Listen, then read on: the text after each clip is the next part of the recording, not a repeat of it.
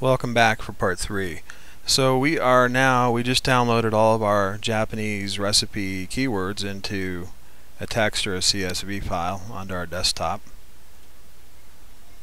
And so now we can reference these. Going back to the keywords though, we can also look at some of these additional keywords that are listed because they're all highly relevant. It's just that the top ones are semantically related more closely to Japanese recipes. You can see that when you go down to additional keywords to consider, all the words are related to Japanese recipes and food somehow, but a lot of them are much larger categories like food recipe, easy recipe, food recipes. These have nothing to do with what we're targeting.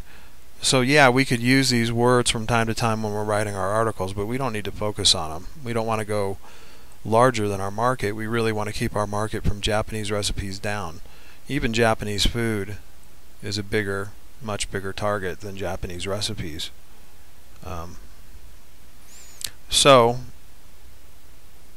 you know, you can scroll down here and get some of these other ones. Sushi recipes would be a great one. How to make sushi, you know, but since we're doing a recipe site, sushi recipes, Japanese soup, Japanese desserts, Japanese dishes, that's pretty much recipes. This will give us some good, here we go, bento recipes, hence the name of the other site we looked at, bento.com. That's another thing. When you're making your site, if we're making a Japanese recipe site, you know, it's a good thing to get a URL, to get a website with a name related to what it is we're doing. That can give you, you know, that gives you a bit of an extra edge if your URL is named something related to your market. It's just it's not the end all be all. But see, this is all, I'm discussing market research from the perspective of making content sites. But now, you know, let's think about this. Let's think about this another way. If we're doing media buying or pay-per-click, in the case of media buying, sometimes you're not theming out you're not making a theme site at all. All you're doing is making a little, you know, direct response marketing site, and you're pushing advertisements directly to that site, and you don't care about whether you rank at all. You don't care about writing 100 pages of articles or even 10 pages. Sometimes you only have 5 pages on your site and you're selling one product. So depending on the type of traffic that you're using to make a living, you know, or to make profits for your company online, it really depends on you know, how you're going to use market research. But I'm using an overall general research tactic that covers SEO and pay-per-click marketing, and also gives you ideas of other areas to target. And this is also very relevant to media buying, because what we're seeing here are areas of the market that we can target, keywords that we can target for media buying. So doing this research is valuable no matter what type of traffic you're pushing. Because let's say that we had a Japanese you know, rice paper maker or something that we were selling as an affiliate product, and that was the only thing we were advertising, and we had media advertisements all over different various websites that were related. Well, it's still good to look at these areas, these keyword areas, because getting a perspective on the whole market like this will allow us to target a lot more advertisements. So this is good research no matter what type of traffic you're pushing. And it logically makes sense to do things like this semantically, so that you get a bird's eye perspective on the market once again, on your overall market.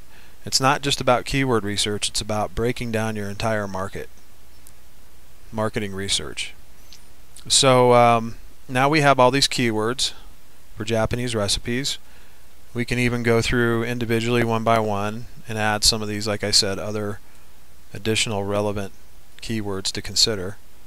But once we have that done, that'll give us a much broader base of keywords to build our site around. So now we have Japanese recipes, we've got some of these long tail keywords, and we've got these much larger categories within Japanese recipes.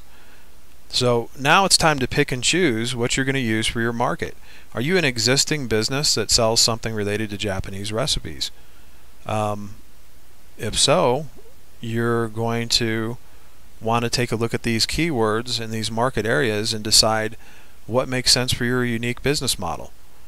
So if you're starting a new business, you're going to want to decide, a lot of marketing research is a lot of common sense. We wouldn't want to target something that isn't related to a product that we sell unless maybe we just have content on our site that we want to relate to that information even though we don't have a product for that specific part of our site. So it's really a matter of common sense and looking at your business and finding areas that make sense or don't make sense to target based on your product or your service.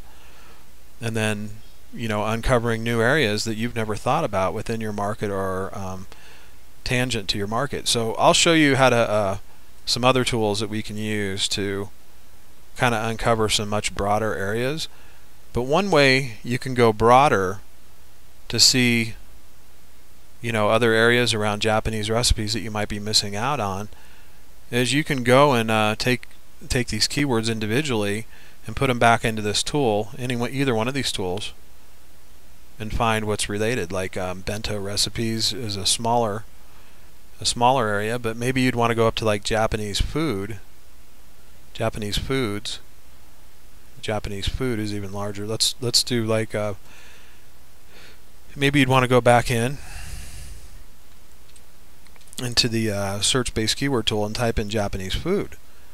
Now you've got much broader areas to drill down into to find that might be related to your Japanese recipe website.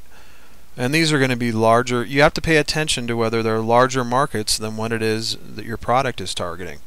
So do you want to target Japanese recipes? Maybe your target resides somewhere higher up the food chain in the market, higher up the keyword genealogy in the market. It's up to you. Do you want to go for the bigger targets in your market, or do you want to keep it down at Japanese recipes? Japanese recipes actually, as it turns out, isn't quite so small.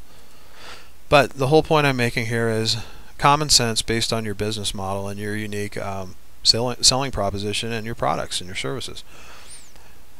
Okay, so a third tool that is extremely useful is Google Insights for search. Now, the way you get over here is you simply go over to Google and you type in Insights, and it'll pop right up to the top there. Google Insights for search. Now this tool, when you first look at it, it looks fairly convoluted and maybe a little bit complicated. It's not. It's very easy. We can compare by search terms, locations, time. We're using search terms, so let's just put in Japanese recipes again, and we want to choose our filters. We're doing a web search. We could search for images, news, or products, but let's just and that's a little hint there. If you want to find products to target for your keywords, there you go. It's even better than just going into the search engine sometimes. So we're doing a web search, and we're going to do worldwide because we're using English words.